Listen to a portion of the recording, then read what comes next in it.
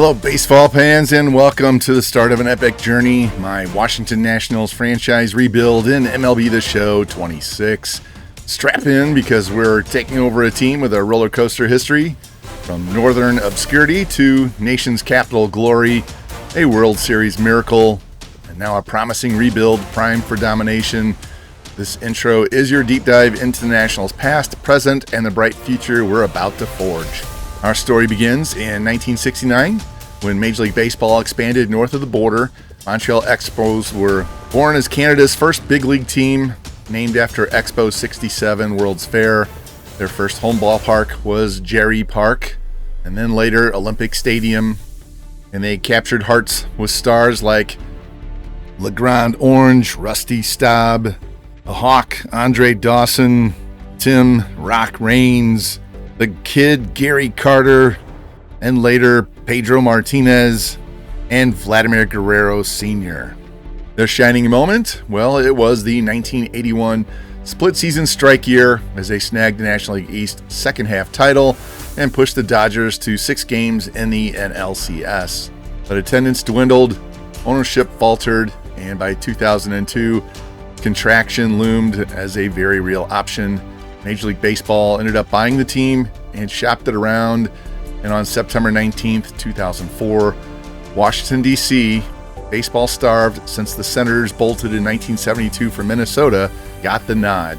Reborn as the Washington Nationals in 2005, they played their home games at RFK Stadium, finishing .500 in a gritty debut year. Ryan Zimmerman emerged as Mr. National, belting a walk-off home run in the 2008 Nationals Park opener. Then enter the plan, owner Ted Lerner's blueprint for patience, drafting number 1 picks Steven Strasburg in 2009 and Bryce Harper in 2010. It highlighted a youth movement, and by 2012, boom, they won their first National League East crown with a 98-64 record, though the Cardinals crushed their dreams in the NLDS. Division titles followed in 2014, 16, and 17, fueled by Max Scherzer's Cy Young's and Bryce Harper's 2015 MVP fireworks. But the playoffs, it was Heartbreak City, 5 straight NLDS exits. Then in 2019, it was the stuff of legends. Starting 19-31, the Nationals flipped the script, winning 74 of their last 112 for a wild card berth. They then swept Milwaukee, stunned the Dodgers, demolished St. Louis 4-0 in the NLCS, and shocked the Astros 4-3 in the World Series. And Steven Strasburg owned October as MVP, and all of DC erupted. But their glory was fleeting. Harper bolted to Philadelphia in 2019 free agency. The COVID-shortened 2020 season, no playoffs. And 2021 saw trades of Scherzer and Trey Turner, signaling Rebuild 2.0. Juan Soto's tenure ended in a massive 2022 swap with San Diego, and Strasburg's injuries led to an early retirement in 2024. Washington's records tanked to 65-97 in 21 and a franchise worst 55-107 in 2022. But hope flickered with 71 wins in both 23 and 24, and with C.J. Abrams earning all-star nods, and prospects like James Wood and Dylan Cruz debuting. What about 2025? It was rough, 66-96, last in the National League East again, prompting the firings of manager Dave Martinez and GM Mike Rizzo mid-season. That's where I step in. I'll hire an entirely new coaching staff and scouting staff and build upon the solid base of prospects that are already here. Today, the Nationals boast a youthful core ready to explode, and I figure we should be in contention in 2 to 3 years if we nail development, trades, and free agency. A low payroll means more flexibility, both in trading and free agency. And in franchise mode, we're not waiting. We're building a dynasty. From Expos underdogs to World Series champs to rebuild beasts, the Nationals are primed. So click that subscribe button, leave a like, hit the notification bell. Let's make DC roar again. Go Nats. Now that the introduction is over, let's take a look at the 2026 roster and see what we like and don't like about this team. And real quick, I'm going to show you the coaching staff. These guys are all full of negative ratings all over. They affect everything. This affects you at the major league level. This affects all of your guys in the minor league level, and these affect you during gameplay for specific areas, pitching, hitting, fielding, all that good stuff. We're going to fire the entire coaching staff. I'll be right back. I will show you our new coaching staff and our new scouting staff. And here's our new coaching staff. I don't like this manager. I don't like the -2 durability, but I'll take the arm accuracy, power, and home runs per 9 for one season. We'll look for a new manager next year. Hitting coach, don't mind the -3 drag bunting because we're not bunting for hits, but 3 power, 2 plate discipline, 2 clutch, and I'll take that for 10 years. Thank you. Pitching coach, same thing. Bump to stamina, pitching clutch, control, and home runs per 9. We signed him for 10 years. First base coach is going to help all of our defensive ratings there. Got him for 10 years. Third base coach, that was a mistake. It was supposed to be 10 years, but we got him for 9 years. And farm director, take a 1-year contract for him because I don't like the fielding going down 1. And I think we can have some other categories to get pluses in next year. So we'll look for a new farm director and a new manager after the first year. In our scouts, I love these scouts. We have this guy right here. Johnny Slinger is going to be our discovery scout at 98. Delman Sanchez, 97 efficiency, 98 position players. And then Matthew March, 98 efficiency with 95 pitchers, 92 position players. So we can double up on position players if we need to. And we still have good efficiency for both and 95 on the pitcher side. So this is probably one of the best scouting staffs I've ever put together for any franchise. And right off the start, James Wood is our best player, 23-year-old, A potential. He's already 84 overall. And really good contact, better contact against lefties. Vision is a little bit down, but his discipline is high. But great power against both sides. Passable defense. Probably end up being a DH down the line. But strong arm, really good speed. Not going to steal a lot of bags. Last year, these new player cards I absolutely hate, but last year, you can see hit 31 home runs, 38 doubles, 94 ribs, 221 strikeouts is ridiculous. And only 256, but he should get better. He has 4 quirks, so Road Warrior, Night Player, First Pitch Hitter, Dead Red, so that should help him in the game. And he's not going to make a ton of money right off the start, so that's actually good for us. We have room to grow with him. The only bad thing with him, his potential is capped at 90. So he's only got 6-point upgrade in his overall. So unless he increases his overall, he's going to stop at 90, 91 overall. That's not a good thing. You would hope he would be closer to 95, 97, but that's the ratings that San Diego gave him. We have Brad Lord, a starting pitcher. He's 26 years old. He's a B potential. Don't know anything about him. 79 overall. I did look up his potential, capped out at 82, so he's not going to grow much more. CJ Abrams, 25 years old, 75 overall, B potential, and he is capped at 81. Abrams, good hitter across the board, good speed and stealing. Defense is kind of a little but we'll just live with it. He's still young, and we'll just train him up on defense. Leighton Beater, older at C potential. Jacob Young, another one, 26-year-old, B potential. He is capped at 80 potential. Good hitter, no power, really good speed, really good defense. So we can go with him at center field until we find someone better or decide to trade for someone better. Luis Garcia, a little disappointed. He's got really good hitting, doesn't do well against lefties at all. If we can find a platoon guy for him, that would be great. And C potential is, I'm a little surprised that it's a C potential. What is he?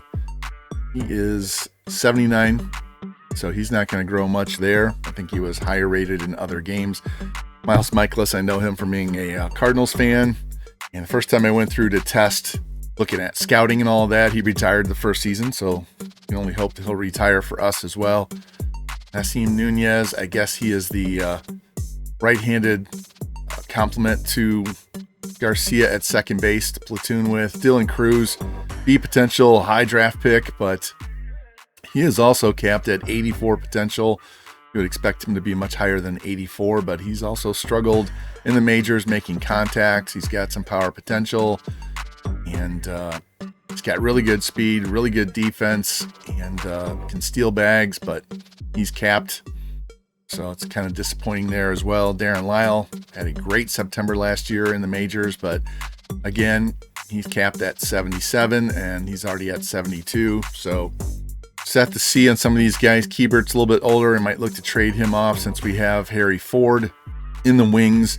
Some of these player ratings, like prospect ratings, like Harry Ford or Eli Willits, you can see he's a little bit higher than what he is in the base roster. I went through and updated all the top 100 prospects in this roster file. If you're interested in my ratings for the top 100, just go in the vault, search online ID, type in Von Rye with a capital V, capital R, and it's the only roster out there underneath my online ID, and you can grab that and go from there. You will know that it's the right one when you see Connor Griffin as an 80 overall. Back to our team. So we have Willits down the line, and he can play just shortstop, so he'll be the eventual replacement for CJ Abrams. He's only 18, so we're going to let him go for a bit. You can see Wood and Lyle out here in left. Young in center field. Don't have any other Bs behind them. And in right field, it's Cruz with nothing behind him, so we're going to have to draft some outfielders. Third base, House. He's 22 years old. C potential. And he's capped at 76. Starting pitching side, other than Lord and DJ Hers at B potential, you got to go all the way down here to Jake Irvin, who's already 29. And Travis Sikora as B potential there. I pushed him up because they had him underrated. I know he just came off an injury, but that's why his overall is down, and he can progress up and get to where he needs to be.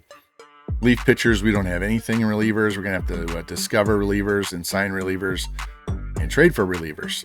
And same thing as at closer. The catcher, we do have Ford in the pipeline. Loma Vida, recent draft pick. Very consistent, very even across the board. Good arm, but he's capped as a C, so we'll just see how that goes. He might be our long-term backup catcher. First base, we're going to need one. Chaparro is the only decent first baseman we have right now, and we'll have to look for that. Again, Garcia at second base. House at third. Nassim Nunez, Abrams, and Willits at short. So we've got a good starting point with some of our prospects. We just need a lot of our pitching staff to come in the draft, whether, all across the board, starting, relieving, and closing. And definitely going to need to bring in some new prospects in the outfield and at first and third base. So we have got a good starting point. We need to put a stamp on this team ourselves, and it's going to be much easier to find starting pitchers in the draft than anything else. But I will tell you, the first year, if we find hitters at all, we're going to go hitters over the pitchers, because pitchers are in every draft. We can find them every year. And in my Angels franchise, I have so many pitchers now, and I can't trade because it's draft only, that we're kind of stuck. So this one, we will be able to trade. We will be able to sign free agents. We will be able to upgrade this team however I see fit. So I'm going to focus on the draft early on. I'm not going to go out and make a bunch of trades and try and improve this team into a division winner in the first 2 years. I want to get a good base of prospects in that we can focus on. So I know this team's not going to play well. I know they're not going to do well in the standings, and that's okay because I want the higher draft picks. So we may go quicker through the first couple of seasons than we will once we get some prospects in.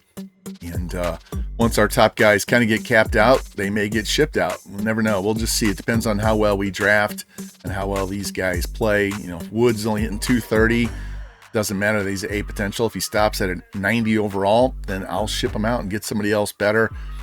So, don't get too attached to some of these young players because they may not be here long enough because, their ratings are capped. But I'm not going to limit myself and make this draft only. So hopefully you'll enjoy this. Kind of like what we did with Tampa Bay. Tampa Bay got really good really fast because they had such a good starting rotation right off the rip that we could just focus on hitters and go from there. And then we had Caminero and Carson Williams in the minors. Caminero was in the majors, but Williams was in the minors. This one might take a little bit longer. I'm going to tell you right now, guys, I am not playing college football or Madden. So this is going to be a 12-month MLB channel for this year at least. We'll see how that goes in the future. But I'm not going to rush through. And once we get a World Series stop, we'll keep going.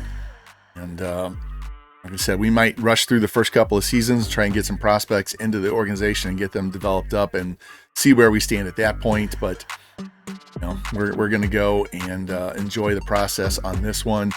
And then once we get closer to October, then we'll probably see where we stand and if we're going to wrap this one up or not, and then move into a draft-only franchise. But right now, we're going to see what we have with our young players, see what we can do to build this team up through the draft, make some strategic trades and free agent signings. Most of the free agent signings are either going to be veteran starting pitchers or relievers to kind of bridge the gap until our young guys develop. And we may have to go get a first base or a third base bat to help, bridge the gap as well until we can get some players developed. And if we get too many outfielders that are in the draft, if they are the right size, they're 6'3", 200 pounds, I might move them to first base, might move them to third base, especially if they have really good fielding. And I'm not opposed to changing positions on drafted guys because they're not real major league prospects. I have no attachment to them being, like Eli Willits. We're not going to move him to third base. He's going to be our shortstop of the future, and we'll just go from there. But the computer-generated draft guys, we'll move around as we see fit.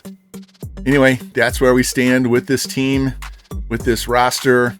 Hopefully you guys will enjoy the process. That's what we're going to do with the Nationals, and hopefully you guys will enjoy this new franchise. I'm going to tell you right now, the new trading system I don't like, just like I hate the new player cards. I'm going to turn the trade slider all the way down to the lowest setting because I've seen some just ridiculous trades, especially by the CPU. And with them having protected players where you can't trade for them, it makes it much harder to trade. But the CPU seems to just, abuse it 4 for 4. I'm trading out 4 veterans for 4 prospects.